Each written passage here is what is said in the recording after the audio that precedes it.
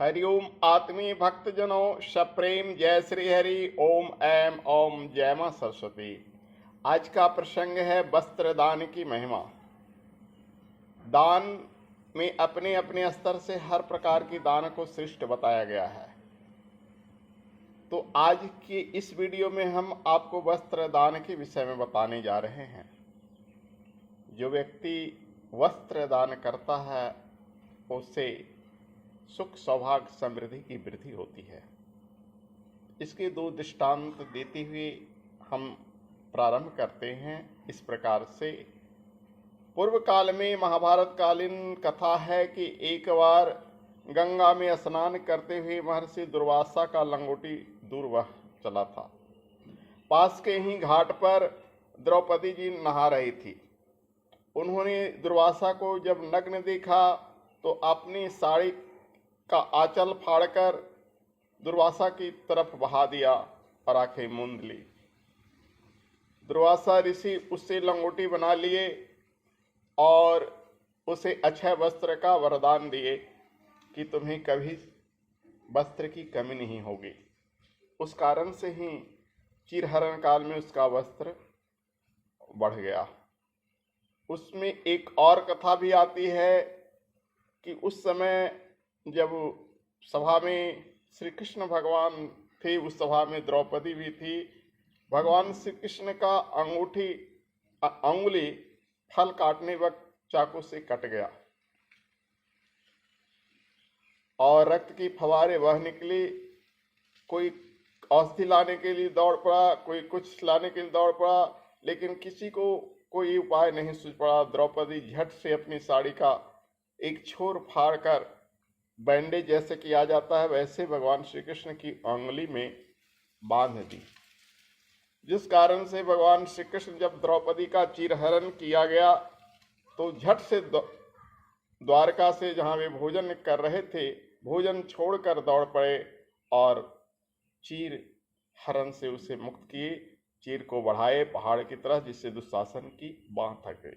तब से चीरदान यानी वस्त्रदान की परंपरा बन गई है और शादी विवाह यज्ञ आदि मांगलिक कार्यों में हर कोई किसी भी अभ्यागत को वस्त्रदान से सम्मानित करते हैं। इसके साथ ही पूजा पाठ आदि त्योहार में भी लोग गुरुजन को वस्त्रदान से सम्मानित करते हैं।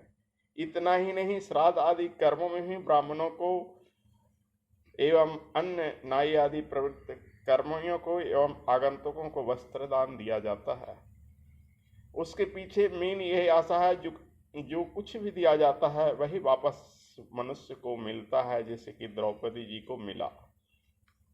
लेकिन इसमें ज्योतिष शास्त्र में मैं कुछ संक्षिप्त में बताता हूँ। ज्योतिष से सलाह लेकर ही आप ऐसा करें। पंचांग आदि में भी लिखा हुआ रहता है, जो जिस ग्रह से पीड़ित होता है उस ग्रह का उस रंग का वस्त्रदान करता है तो उसे उस ग्रह से मुक्ति मिलती है। जैसे चंद्रमा के लिए श्वेत वस्त्र, मंगल के लिए रक्त वस्त्र, बुध के लिए हरा वस्त्र, बृहस्पति के लिए पीले वस्त्र, इसी ढंग से शुक्र के लिए भी उजले वस्त्र, शनि के लिए काले वस्त्र, राहु केतु के लिए भी काले वस्त्र का दान करने से उस ग्रह की शांति होती है। इतना ही नहीं कि सिर्फ वस्त्र हम ब्राह्मण को ही दान करें, जैसे हमारे यहाँ परंपरा रही है आने जाने अभ्यागत को लोग देते हैं। ये तो समृद्धि का परिचायक हो गया। किसी भी सूरत में आप देंगे तो आपको मिलेगा, किंतु इसकी विशेष महिमा तो तब कही जाएगी जो व्यक्ति बिल्कुल उस लायक है, जिसके पास खरीदने की शक्ति नहीं है, गरीब है, नंगा है। जैसे शिशिर ऋतु के टाइम में, जाड़े के ऋतु में कंबल का दान करना, उन्हीं वस्त्रों का दान करना अति पुण्यदायक माना जाता है। जो गरीब है उसे वस्त्र देना सबसे बड़ा पुण्य का कारण होता जाता है। कहते हैं कि निराला जी को जब भी वेतन मिलती थी, जब भी उन्हें अपनी कविता रचना करने पर कुछ पैसे मिलते थे, तो वे रिक्शा पर चलते थे और राह में जिस भिखारियों को वस्त्रहीन देखते थे उसे अपनी दुपट्टा उतारकर, अपनी कुर्ता उतारकर अपनी साल उतार कर दे दिया करते थे। कहते हैं महादेवी वर्मा के पास अगर कुछ पैसा होता था तो वस्त्र दान में दे देती थी। एक बार निराला जी को कर्ज लेना पड़ा, जबकि उन्हें वेतन मिला था, यानी पारितोषिक मिला था, लेकिन निराला जी और महादेवी वर्मा में भाई बहन का रिश्ता था। उनके पॉकेट में जो पैसा था वे गरीबों को वस्त्र के लिए दान कर दिए। और जब महादेवी वर्मा के घर पहुंचे तो उनके पास लौटने के लिए भाड़ा तक नहीं था।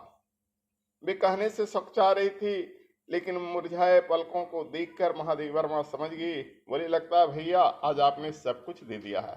बोले, हाँ बहन, आज मुझे रिक्शा भाड़ा भी नहीं है, उधार दे दो, कल मैं लौटा दूंगा।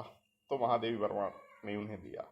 ऐसा बहुत सारे लोगों के प्रति उदाहरण है। तो कहने का आशय है वस्त्रदान की महिमा, जो जैसा दान करते हैं उन्हें वैसी सुख समृद्धि मिलती है। हरिओम।